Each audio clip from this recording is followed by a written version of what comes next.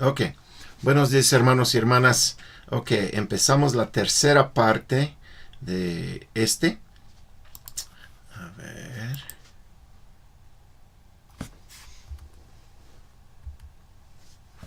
Ok, habíamos terminado hablando de la última parte que va a pasar es la destrucción de Asiria. Ahora, hice esto hace años para explicar lo que está pasando en el mundo de hoy. Otra vez, se necesita la fundación para poder entender los últimos días y entender a Isaías. Hoy día, ¿quién es el imperio mundial? Bueno, Babilonia, pero Estados Unidos. Okay. Y Babilonia será destruido físicamente en una hora en la obra grande y terrible. Eso se ve en varias partes de Isaías 51 y 52. También grande y maravillosa, ¿verdad? Ajá, sí, porque las obras son sincrónicas. Para unos es maravillosa y para otros es terrible. Ok, Israel de hoy tiene que escoger la paz y la vida eterna o Babilonia y destrucción. y la destrucción. Ok, Asiria tiene una guerra contra Babilonia y ¿quién gana? Asiria. Asiria. La bestia reina como el octavo imperio por como 42 meses. Y luego Asiria ataca o sitea a la Nueva Jerusalén y es destruida por Dios y el siervo. Y entonces toda la casa de Israel es liberado literalmente de su cautiverio imperial. Ok. Y luego empieza la segunda venida. Ok. Babilonia la Grande, la madre de las rameras, es un imperio militar y materialista, con naciones vasallas que también son naciones hoy, al cual que los imperios es del pasado. Al igual de los imperios del pasado. Ok. Isaías 10, 3. ¿Tengo que leer eso? No. Okay. Pero se encuentra en Isaías 10, Apocalipsis 17, 18, 19, pero aquí no se llama Asiria, se llama la bestia. Tercer Nefi, primer Nefi, 13 a 14 y 22, y Nefi lo llama la nación grande y poderosa entre los gentiles, y luego lo llama la iglesia grande y abominable, y luego tercer Nefi 16, 20 y 21. Babilonia la Grande, la madre de las rameras, y sus naciones vasallas cómplices representan el mundo, porque el imperio de Babilonia tiene dominio sobre toda la tierra, entre todas las naciones, tribus, lenguas y pueblos. Primer Nefi 14:11. Okay. Y no estamos hablando de la iniquidad espiritual. Sí, hay mucha gente que son inicuos espiritualmente, pero estamos hablando de una nación por lo cual nace, por eso es la madre de las rameras, toda esa iniquidad. Pero otra vez, los dos pecados más prominentes de Isaías son es militarismo y materialismo, la sangre en las manos. Así es. Isaías usa 8 países que tuvieron pecados similares en su tiempo, como tendrán otros hoy. Isaías 8:24. Según Isaías, Babilonia incluye los hijos rebeldes del Señor, o sea, vasallos, los que están bajo el convenio, que lo rompieron, del Señor, que se llamen a sí mismos con el título de Israel.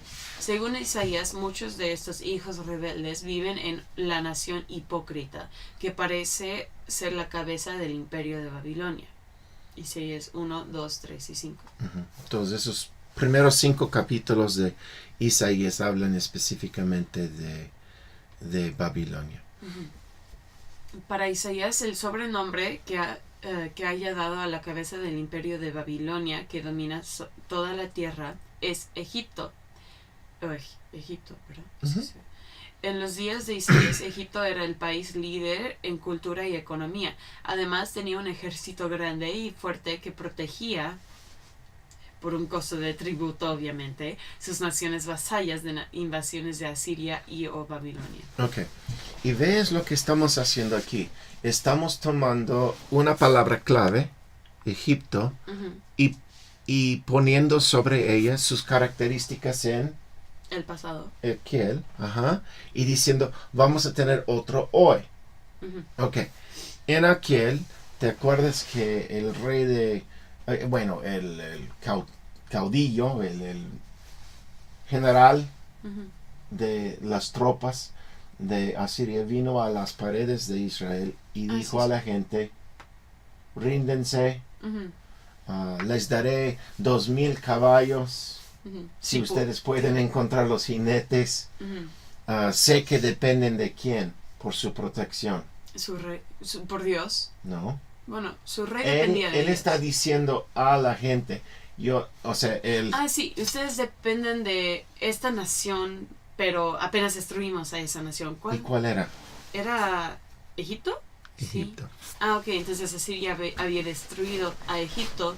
Entonces dice, si yo destruí a Egipto, ¿ustedes qué son? Así es. Entonces, estamos poniendo en su lugar el papel de Egipto en aquel. Y en aquel, Egipto era un país a lo cual el papá de Ezequías había también dependido. Él hizo su trato con Asiria, pero cambió de dónde? De Egipto. O sea, estaban dependiendo en un trato con Egipto para su protección contra Asiria. Y ese es el papel que juega Egipto hoy día. O sea, una nación donde muchos de sus vasallos buscan la protección militar. Babilonia la Grande, la madre de las rameras, y sus naciones vasallas son los países más ricos, poderosos y arrogantes sobre la faz de la tierra hoy. Isaías 3, Tercer Nefi 16 y Apocalipsis 18. Okay. Asiria, otro nombre clave de otro superpoder en los últimos días, será comisionado por Dios a destruir a Babilonia, su imperio y vasallos, acabando con su materialismo, o sea, idolatría y militarismo. Y lo va a cambiar por su propio militarismo y materialismo, porque es un imperio.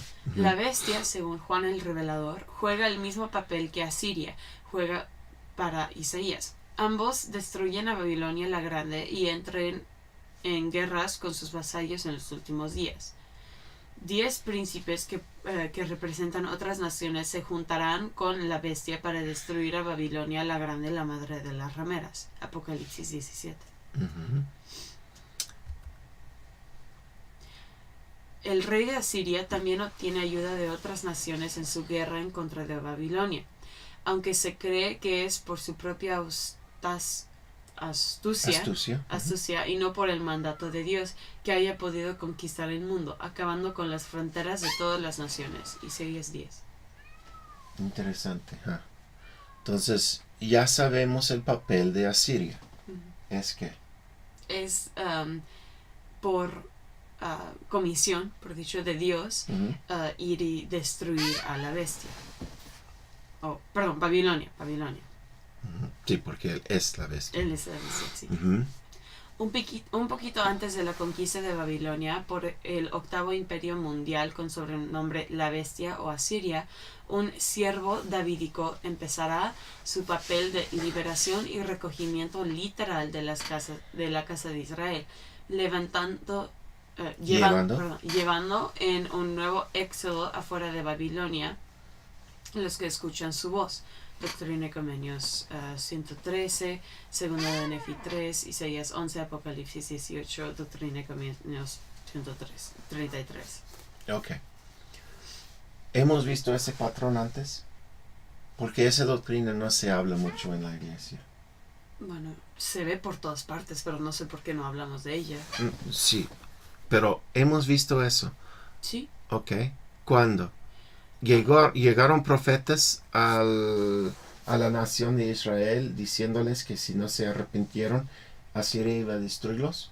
Sí, ¿verdad? Sí. ¿Y llegaron profetas a Judá?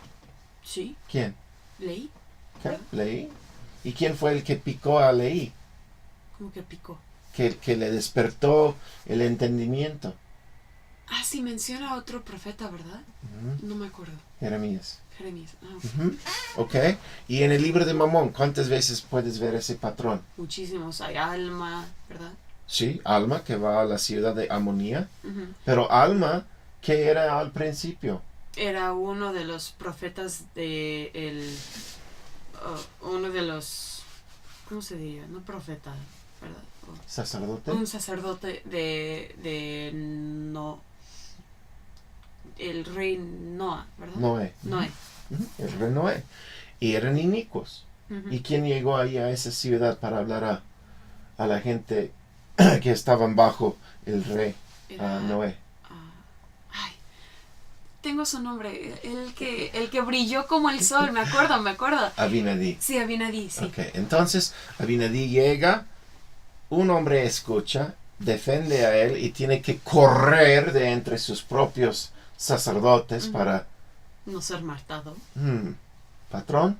Sí. Y luego él entra de escondiditas otra vez al pueblo, recoge unos 450 personas, muy pocas en toda la ciudad, y se los lleva en un éxodo.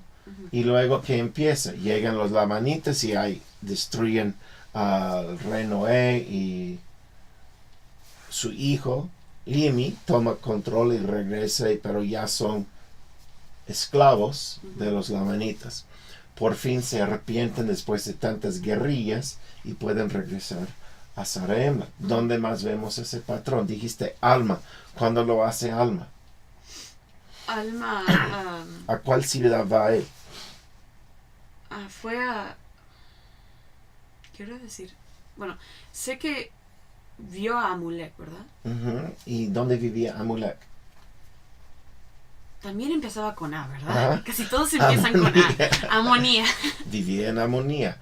Y lo mismo, Alma y Amulek van y dicen a la gente, arrepiéntense o... van a ser destruidos. Tienen que huirse, seguir a Alma fuera de la ciudad. Amulek lo hace, y al hacerlo, ¿qué pierde? Todas sus tierras y su herencia. ¿Y? Sus amigos. ¿Y? Su familia. Su papá específicamente. Sí, o sea, va a ser fácil. A veces pienso que vemos en el pasado y dicen, pues esos eran nada más que gente que vivían en tiendas y tenían unas cuantas ganados o ovejas, y pues qué fácil sería moverse. No, tenía un pozo que era cierto que iba a dar agua a sus animales.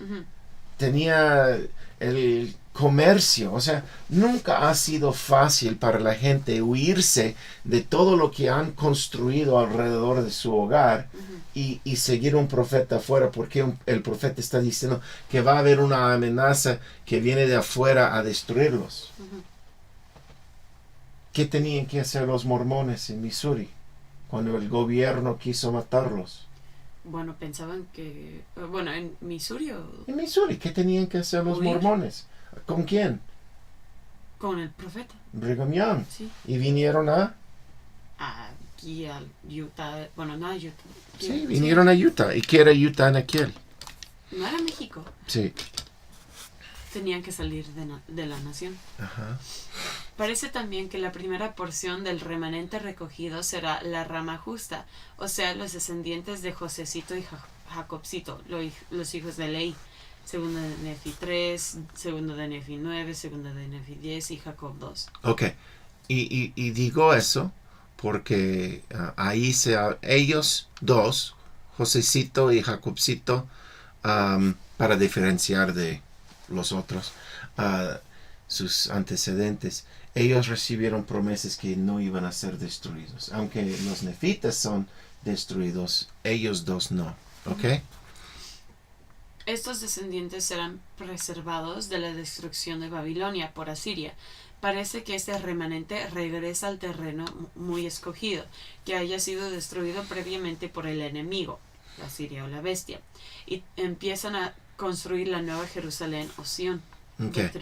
¿Tengo que leer todo eso? Yo lo leo. Doctrina y Convenios 101, versículos 42 a 65, Isaías 10, 12, 11, Doctrina y Convenios 113, 3 a 7, Isaías 40 y tercer Nefi 20, versículos 22 a 34. Estoy dando todos esos versículos y capítulos porque otra vez estamos hablando de cosas que generalmente no se hablan en la iglesia, pero están basados completamente en las escrituras. Después de que la bestia o Asiria y sus aliados destruyen a Babilonia, entra en guerrillas con sus propios vasallos sobrevivientes. La bestia o Asiria toma el mando del mundo como el octavo imperio mundial y continúa reinando el mundo económicamente por la fuerza. Uh-huh. Apocalipsis 17:11, Apocalipsis 13:14, Doctrina y Convenios 45, 62 a 75. Okay. Y como vemos en Apocalipsis, no es en 10, está aquí en Apocalipsis 13:14, dicen que tendremos que tomar la marca de la bestia para poder entrar en economía mundial. Aclaración. Habrán 2 guerras grandes en los últimos días y están separados por aproximadamente 3,5 a 4 años. Y otra vez, se puede ver eso en Apocalipsis, Isaías. Vean esos capítulos y verán que está correcto. Esas guerras son fáciles de distinguir en las escrituras y en nuestras mentes si entendemos las características de estas guerras. Hombre contra hombre. Lo que yo llamo la Tercera Guerra Mundial se realizará entre 2 naciones que son superpoderes y sus vasallos. Babilonia es el imperio actual del mundo y el otro con sus aliados que desean ser el imperio mundial. Y eso es así. Imperio inicuo contra imperio inicuo. La bestia, Asiria, contra Babilonia, la grande, la madre de las rameras. Isaías 10, Apocalipsis 17, 18. Generalmente cuando las escrituras dicen que toda la tierra, Isaías 24, será destruido junto con Babilonia, es una referencia a esta guerra. Esto es porque cuando la bestia o Asiria, aliado con 10 reyes o naciones, ataquen de repente, en un instante, en una hora, a Babilonia la grande, la madre de las rameras y sus vasallos, el mundo entero será forzado a aliarse con uno o el otro. Y probablemente participar físicamente con un lado o el otro. Babilonia perderá esta guerra. Isaías 10, 4 a 11. Y también esas Apocalipsis. Dos son la misma guerra. Ajá. Y esos también dos párrafos. Sí. Y también Apocalipsis 17 y 18. Ahora, la segunda guerra. Ajá. Dios contra hombre. Lo que yo llamo la Cuarta Guerra Mundial. Es una guerra entre el octavo imperio mundial, la bestia o Asiria, contra Sion. Sion ganará esta guerra, pero parece que los santos viviendo en la Nueva Jerusalén no entrarán físicamente en guerra. El Señor peleará por Sion porque pondrán su fe en él. Isaías 10, 12 a 27 y Apocalipsis 17 a 14.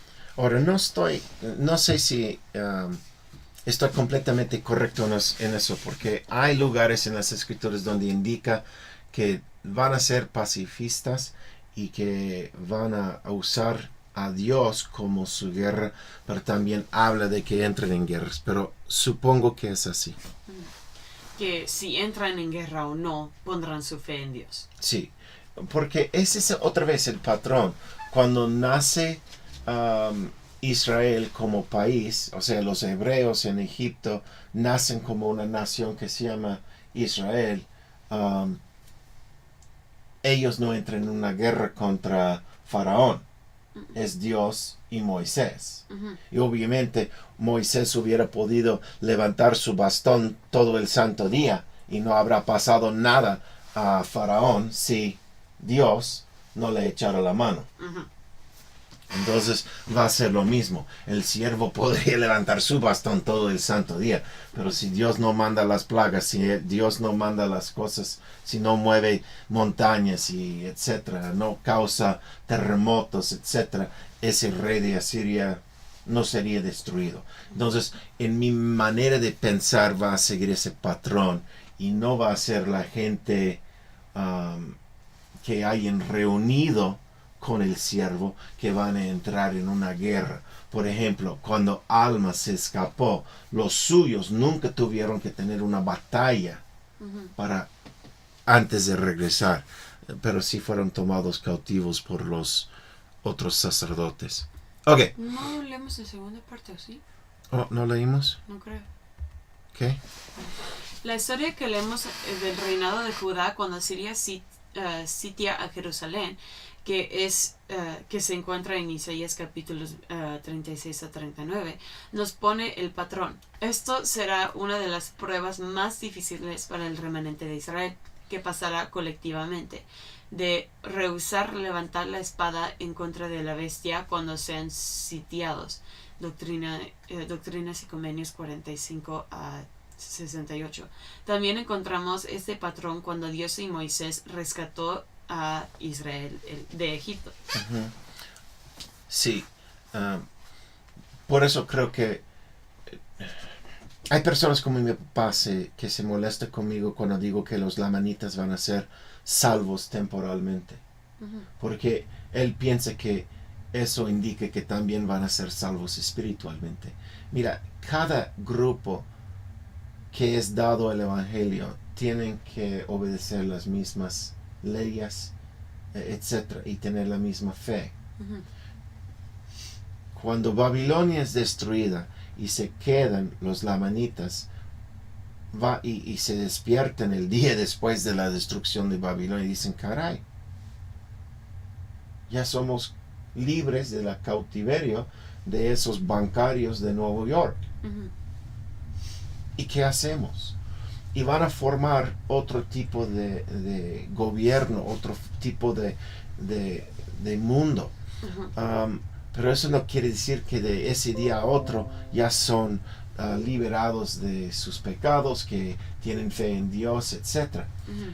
El siervo que haya huido de Babilonia con varias personas, no muchas, igual que Alma, ellos irán buscando y clamando a la gente, mira, esa es la razón por la cual sigues vivo cuando estos fueron destruidos. Uh-huh. Se van a formar la nueva Jerusalén, van a construir esa ciudad, pero obviamente es una ciudad real, tiene drenaje, tiene basura que limpiar, tiene todas las facilidades que tiene una ciudad, ¿no? Y cuando empiezan a llegar más y más gente, como son pacíficas, esas gentes, no creo que el rey de Asiria o la bestia va a decir, pues son una amenaza a él, hasta que hayan huido muchos. Acuérdate que él dice que tienen que tener la marca de la bestia. Uh-huh. O sea, para poder entrar en esa economía. Y estos van a rehusar ser parte de esa economía. Uh-huh.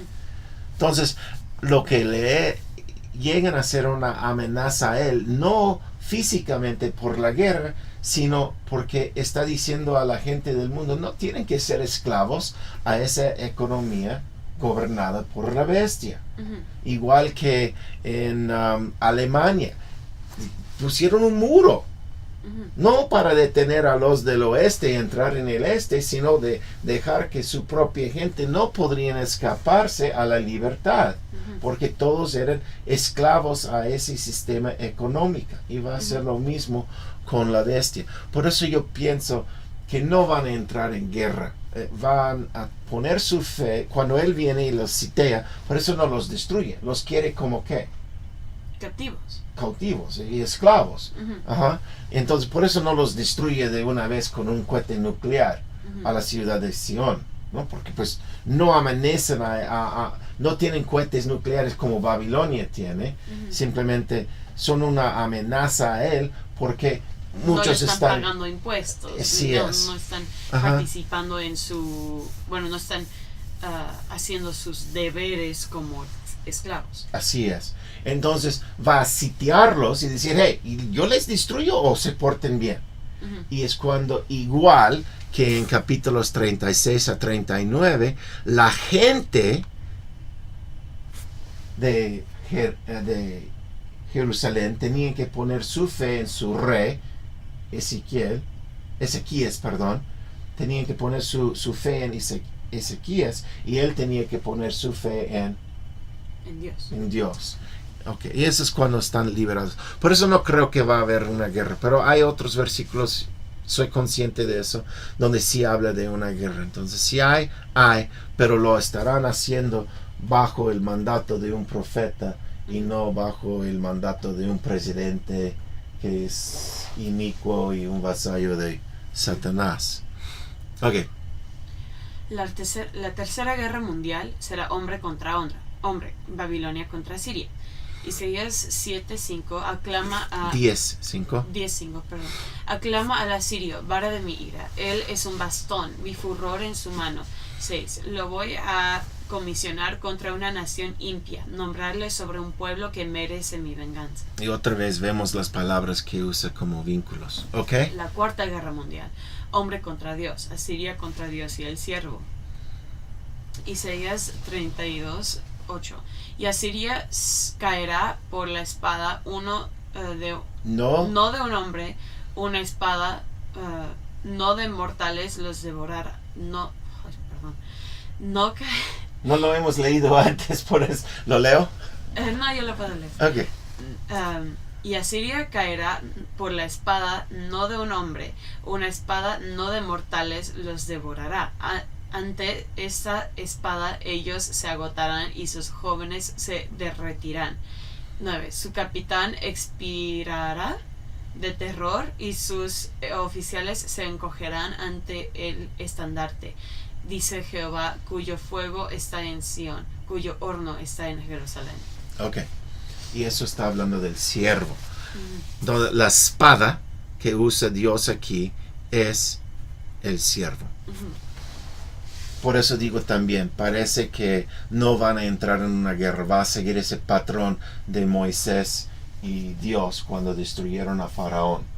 Y ese Faraón, el capitán de Asiria, o sea, el rey de Asiria, va a ser destruido por Dios y el siervo.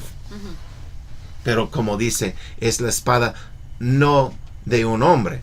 Como dije, Moisés hubiera podido levantar su vara todo el santo día y no habrá pasado nada a Faraón si Dios no obedeciera los deseos de su siervo. El día de la destrucción de Babilonia, la grande, la madre de las rameras, también es conocido por Nefi y Jesús como la nación poderosa entre los gentiles. 1 Nefi 22, 6-8 y 17. Tercer Nefi capítulo 16, versículo 8-16. Y tercer Nefi 20, capítulos 20, 21, 22 y 23. Okay. Es el día de la liberación para el remanente, los hijos de Leí, que estén bajo el control, o sea, la cautividad del imperio militar de Babilonia, la grande de hoy. Segunda de Nefi 22 y tercer Nefi 16, 20, 22 y 21 y 22.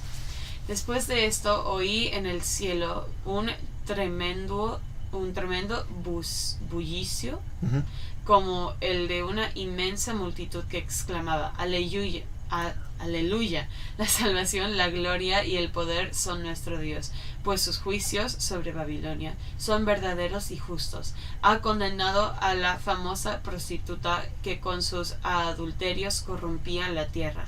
Ha vindicado la sangre de los siervos de Dios, como José y Hiram Smith, Doctrina y Convenios 135:7, derramada por ella. Y volvieron a exclamar: aleluya, el humo de ella sube por los siglos de los siglos. Y eso es real, porque la iniquidad espiritual no puede quemarse. O sea, es una destrucción. Y cuando Babilonia es destruida, como según Juan en Apocalipsis 19, el mundo va a exclamarse: aleluya, aleluya. Por fin estamos libres. Pero eso solo durará unos segundos.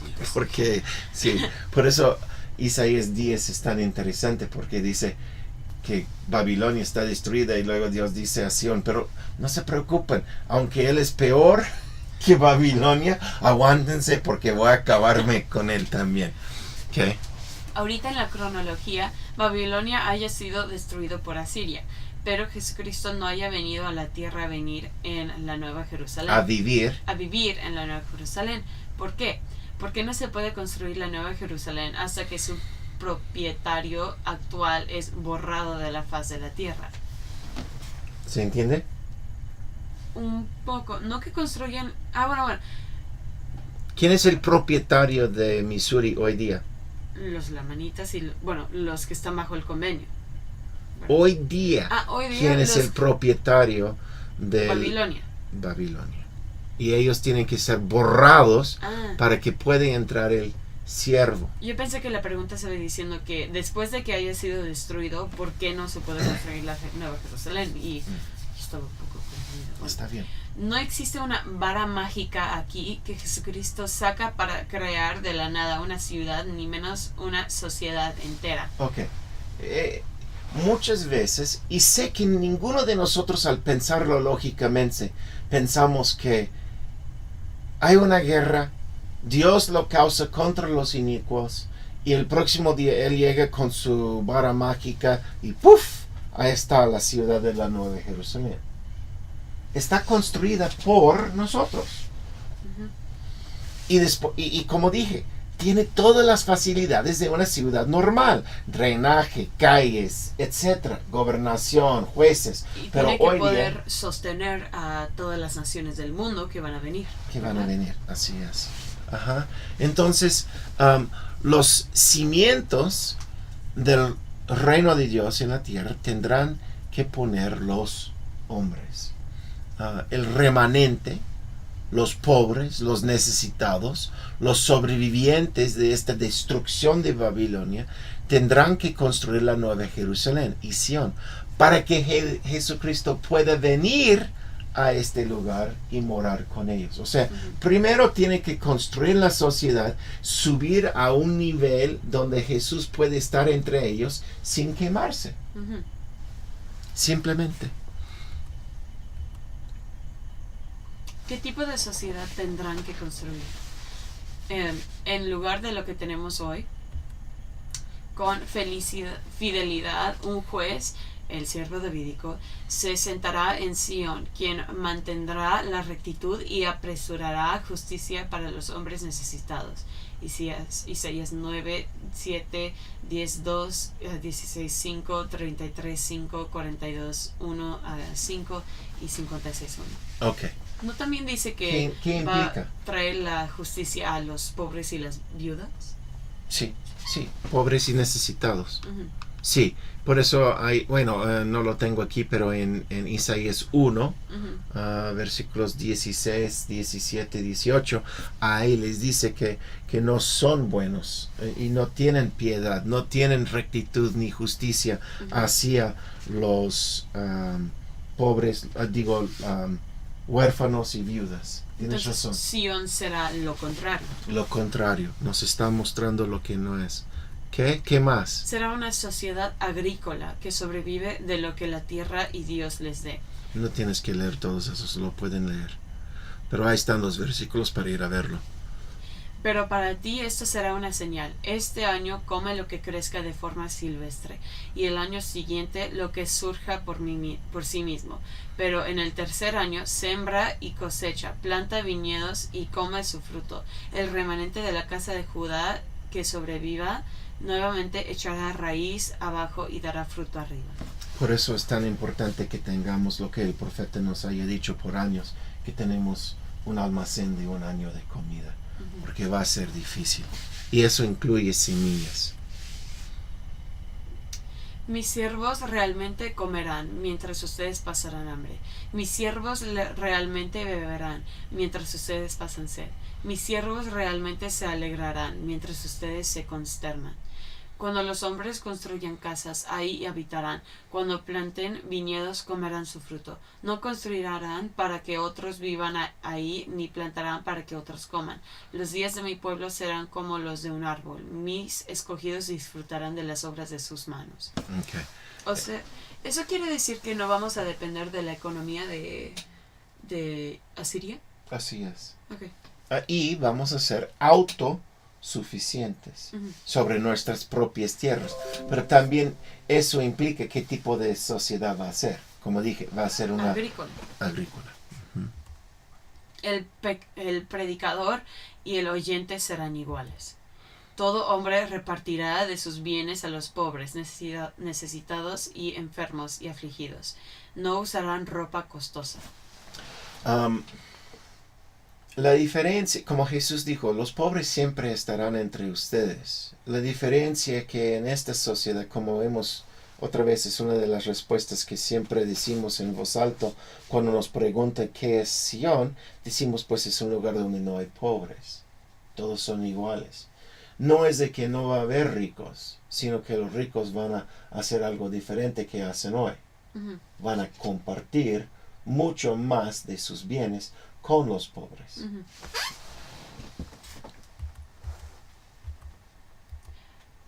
No desatenderán al desnudo, hambriento, sediento o enfermo. No pondrán sus corazones en las riquezas. Tratarán a todos con justicia, rectitud y generosidad. Sean ancianos, jóvenes, esclavos o libres, varones o mujeres. Pertenecen o no a la iglesia, sin haber distinción de personas, ni tienen necesidades. Así es. Eso fue una de las cosas que me sorprendió más cuando tu mamá tomó el papel de presidenta de la Sociedad de Socorro. Tanta gente que reciben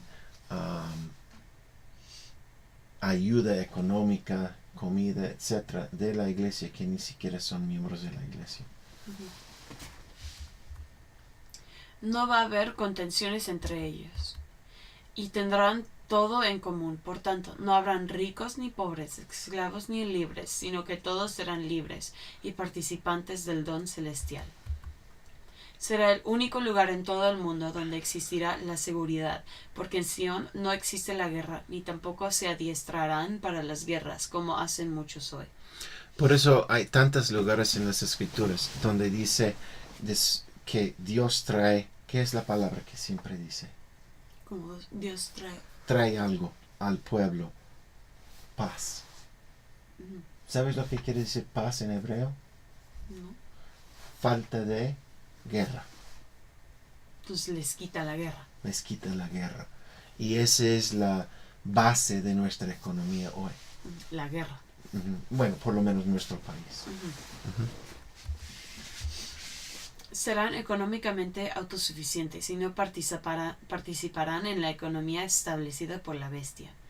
Apocalipsis 13:17, 14:9 a 11, 15:2, 16:2, 19:20 y 20:4.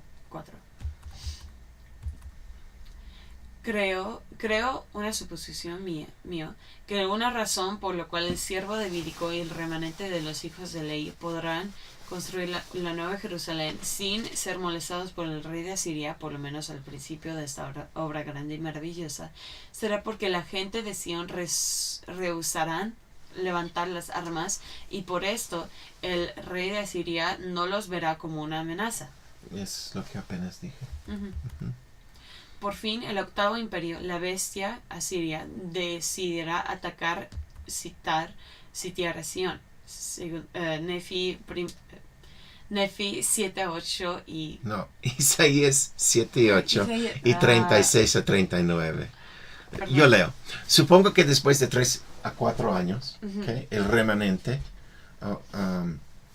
de recoger el remanente, la bestia ya verá los de Sion, ya hemos hablado de eso, como una amenaza, porque los justos de todas las tierras están huyendo de su esclavitud a Sion. Uh-huh. Pero con el apoyo del siervo y los siervos, porque él va a nombrar, obviamente ese hombre no se parte en 50,000 piezas y se va a toda la tierra proclamando, por eso él escoge 144 y los manda 144,000 sí. Y los manda a toda la tierra a decir, hey, ¿saben qué? Hay un lugar donde no hay esclavitud, vénganse. Uh-huh. Y otra vez, ¿qué es lo que tendrán que hacer? Rehusar, usar armas, rehusar... No, tendrán que dejar ¿qué? Sus familias, lo que han construido. Será muy peligroso tener que escapar de la uh-huh. bestia. Así es. Okay. ¿Cómo encuentras un vuelo a Babilonia destruido?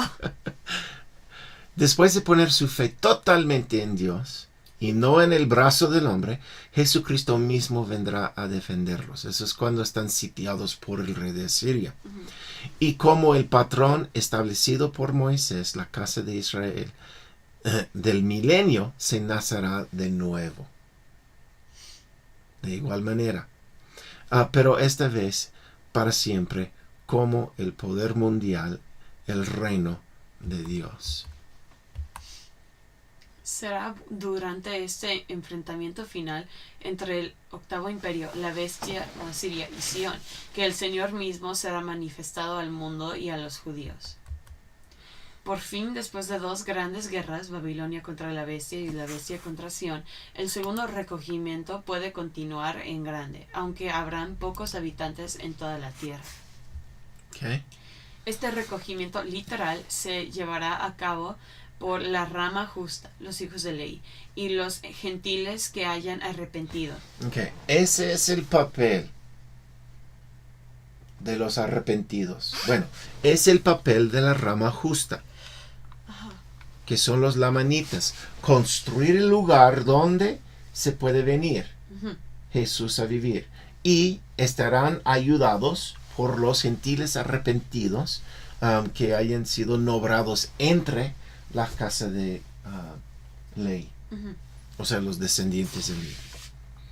Y esto porque sobrevivirán la guerra entre Babilonia y la bestia Asiria. Estarán viviendo en Sion, la nueva Jerusalén. Portada del libro de Mormón, que promete eso a los lamanitas, lo dice Mormón 5:10, tercer Nefi 21:6 y 1. Primer Nefi 14:2. Este recogimiento final será para todos los demás de Israel. El resto que haya sido esparcido, o sea, las otras ovejas que Cristo visitó y ministró después de su resurrección. Sí, en tercer Nefi, al principio de capítulo 16, él habla de otras ovejas, porque dice, pues ustedes son las otras ovejas, pero también hay otras que tengo que ir a visitar. Cuando yo estuve en mi clase de seminario me habló de que fue a otros planetas. ¿Eso será o está hablando de islitas por diferentes partes? No creo que son islitas, simplemente se han perdido el conocimiento de quiénes son. Entonces, ¿a dónde fue? Para Pues, sus otras ovejas. Cuando yo fui a Perú, tenían en toda la faz de una montaña, en Ollantaytambo, creo que se llama, tenían el retrato de un dios barbudo que estaba cargando sobre sí una maletota que eran bodegas de comida. Y él vino a rescatar a la gente de una escasez. O sea, en las islas hawaianas dijeron que había llegado, tenían una leyenda de un dios blanco barbudo que había llegado. O sea, Jesús fue y visitó muchas partes. Tenemos, por eso, en mi opinión, el grupo que en verdad son lamanitas es muy pequeña a lo que hoy día tiramos como sobrenombre sobre todos. Un miembro de nuestro barrio vino a mí una vez y me dijo, pero Eric, lo que dijiste hoy, no soy lamanita. Digo, no, yo tampoco. O sea, él era de Chile. Y dice, pues no creo que soy lamanita ya. No, es una historia de un grupo de gentes que caminaban de donde iban. O sea, no creo que abarca desde Argentina hasta Alaska cada grupo indígena de las Américas. Creo que ellos llegaron a un lugar, como te he dicho, es opinión mío, no sé, es doctrina, pero creo que llegaron al área que es Guatemala, o el sur de México, la Yucatán. Yo creo que son los mayas, pero no creo que o sea, sabemos que obviamente los mayas estaban haciendo trato con los aztecas. Sabemos eso por la historia mexicana. Había intercambio comercial entre ellos. Pero no creo que el libro de Mormón habla de un grupo que estaba tan inmensa que corre desde Alaska hasta Argentina, y se puede llamar todos esos indígenas lamanitas. Pero esa es mi opinión. Pero de que Jesús no fuera a Perú a visitar a la gente que estaban allí después de su resurrección, o que no fuera a la isla de hawaiana para visitar a esas gentes, yo creo que sí son esos las otras ovejas. No creo que llegaron extraterrestres y llevaron gentes afuera de este mundo. Creo que están en ese mundo simplemente por el mismo ciclo de iniquidad, y por la falta de tener un libro escrito perdieron su historia. Este recogimiento final también incluirán todos los pobres pagando del mundo que nunca conocieron la ley. Supongo que estos incluirán las gentes más pobres del mundo hoy día, que viven en la miseria y podrán seguir sobreviviendo sin ayuda de sus gobiernos durante las guerras, como son muchas de las personas viviendo hoy en día en América Latina, África, China, la India y otros países que ni siquiera conocen el nombre de Cristo. Después de que el siervo davídico, según la Nefi 3:24, sus siervos, los 144,000 sumos sacerdotes mencionados en Apocalipsis 14, siendo siervos en el monte de Sion, hayan recogido el resto del... Lea eso. Abdías 1:21, hayan recogido el resto del Israel esparcido desde los 4 confines de la tierra, y los paganos que no conocieron la ley, que hayan sobrevivido ambas guerras. Ambas guerras. Ahí dice guerras. Oh, guerras. Bueno, es que en esto han habido palabras que no reconocí, entonces tal vez es palabra. No, es tu papá. Bueno, habrá una gran fiesta porque el milenio habrá empezado y Jesucristo estará viviendo entre ellos. Por esto afirma el Señor: vienen días en que ya no se dirá, por la vida del Señor que hizo salir a los israelitas de la tierra de Egipto, sino por la vida del Señor que hizo salir a los israelitas de la tierra del norte y de todos los países a donde los había expulsado. Yo los haré volver a su tierra, y que antes di a sus antepasados, la que antes di a sus antepasados. Okay. Jeremías 16:14. Ese es un versículo muy interesante. Hoy creemos que la obra grande y maravillosa era la restauración del Evangelio, es lo que muchos dicen. Pero sí empezó la obra al final en estos los últimos días. Pero el recogimiento literal, de ir y recoger toda la gente que quieren venir cuando están bajo el control del rey de Asiria, va a ser una obra mucho más grande de lo que se haya hecho hasta entonces. Por eso Jeremías dice,